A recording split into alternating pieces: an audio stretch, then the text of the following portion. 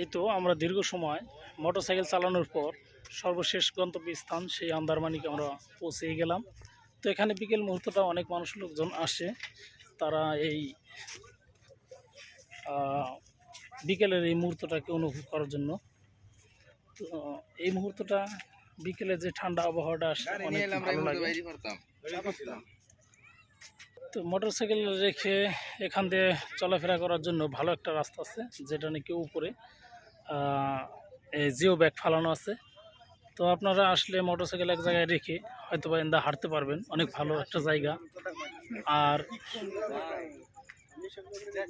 একটা সময় এই জায়গাটায় অনেক বড় বিশাল চর ছিল, আর ওই উপরে যে চরটা দেখা যাচ্ছে সেই চরটা আর এখন নেই।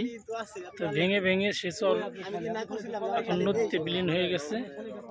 আর তো আগে আসলে অনেকটা ভালো ফিল করতাম, কারণ এখানে বিকেল মুহূর্তটা অনেক মানুষ আনাগোনা থাকে, সে সাথে রেস্টুরেন্টে অনেক ভিড় থাকে।